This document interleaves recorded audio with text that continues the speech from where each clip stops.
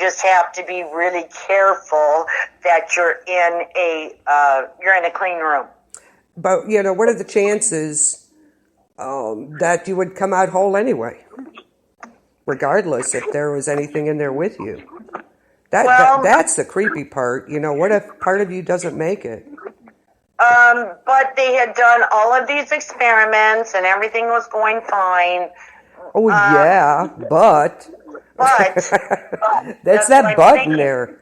You have to be 100% sure that you're in a clean room. Well, it's totally a clean room, that there's nothing in there. Well, that's true to a point. I would still worry about that. I'd be the one in a million. I would too. So I don't think I would do that either, because I don't want to end up with a fly head. I don't want to end up with limbs missing, thank you.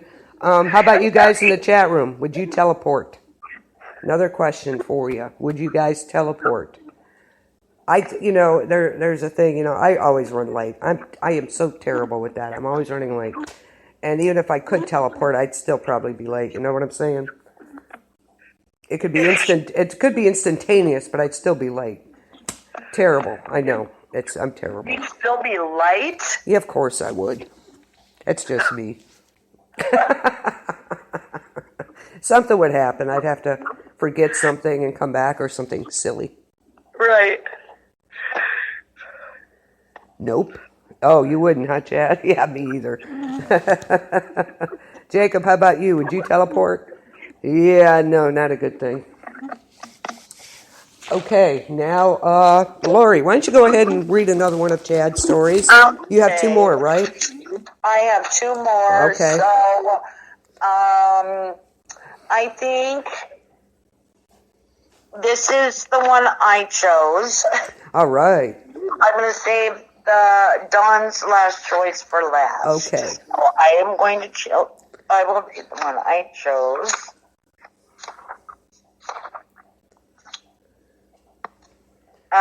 This one is called Countdown. He let his body relax into the recliner, watching the cigarette burn down into a long, unkempt cylinder of ash. He had only taken one drag from it the entire time since lighting it, and the rest of the time had been spent gazing down at it, watching the paper dissolve into wafting pieces of spent carbon. The wind was picking up outside, making the 2x4s he had nailed over the windows thunk softly against the siding. It was going to be another cold night, especially since the generator had run dry just that morning. At least there were enough blankets, and the canned food wasn't going to be running out anytime soon. Could be there was even enough juice left in the batteries to keep the flashlight going for a few more nights. Despite the fact that all the windows were boarded over, the darkness outside still seemed to bleed into the house as the blackness around him swelled with its own life and intentions. It wouldn't be long before he would hear them shuffling around the house in their nocturnal wanderings. The moans were the worst, those disembodied, lifeless vocalizations. So it was good that they would likely be drowned out tonight. The last few nights, there had actually been entire packs of the things making their way past the house. He watched them from the upstairs as he peeked through the knothole in one of the boards. The herds were terrifying to watch, but it was the lone stragglers that scared him even more. To follow. Alone, there was much more chance of wandering. He reached down to the table and ran his finger around the mouth of the bottle of bourbon before reaching past and picking up the Smith & Wesson.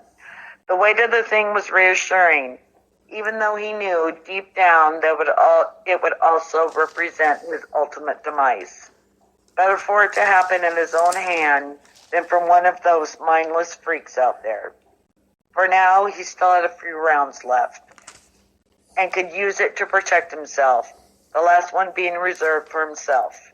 He sat forward and pitched what was left of the cigarette into the fireplace and took a long drink from the whiskey.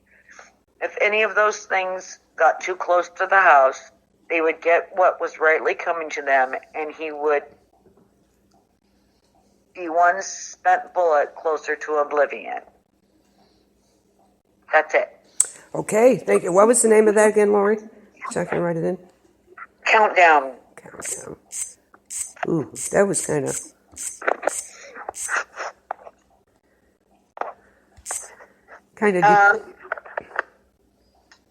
That kind of was like, I don't know.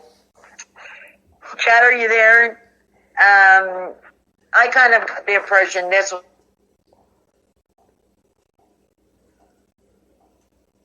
You there?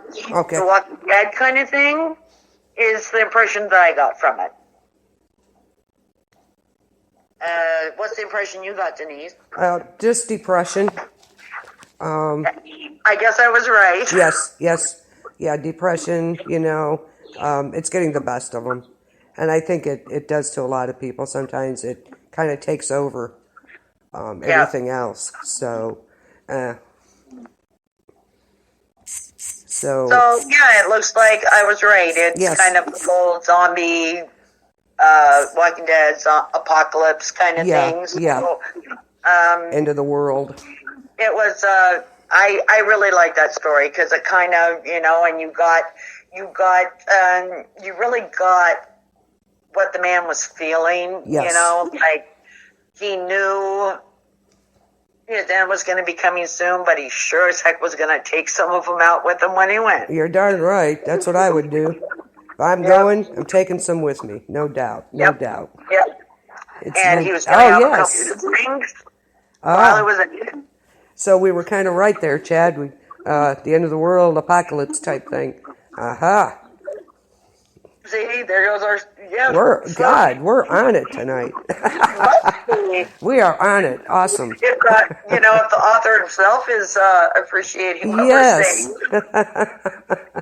Yes, that's what I got too. It's like, by God, yep, if I'm going, I'm taking some of you with me. Absolutely. I tend to look, deeper into a story. I kind of just dig stories apart. I don't know if you do this, but after I read a book or read a story, I think back on what I read and kind of, I do that afterwards. Do you? Mm-hmm. I don't do it while I'm reading it. I do it afterwards. Yeah. Yeah? That's what I enjoy. I mean, that's one of the things I've enjoyed about Chad's books. I mean, like a shade for every season has 72 short stories in it. Or, yes, over 70 tales in it. And it's a really easy read, but because the stories are short, but it doesn't matter. The short stories, they still grab you. Oh, absolutely. I think sometimes they do more than the long versions. Yeah, and then he has one other collection, and then a novel, and then a novella that he has released. So he is awesome. Thank you for allowing us to read these, Chad, because they're very, very good. Thank you. And Chad just said stories should start in the mind of the writer, but end in the mind of the reader, and that's absolutely right. That's exactly what we were saying. Yep. So, yep.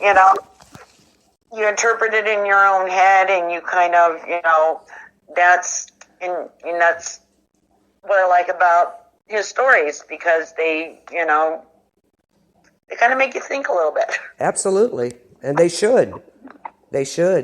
Okay, we're going to take a quick break. I have sci-fi music on tonight, so I hope you're enjoying that. And when we come back, Lori's going to read the final story. And I have one more author we're going to go over. We'll kind of recap everything we've talked about and play some more music for you. So we'll be right back on KBLP.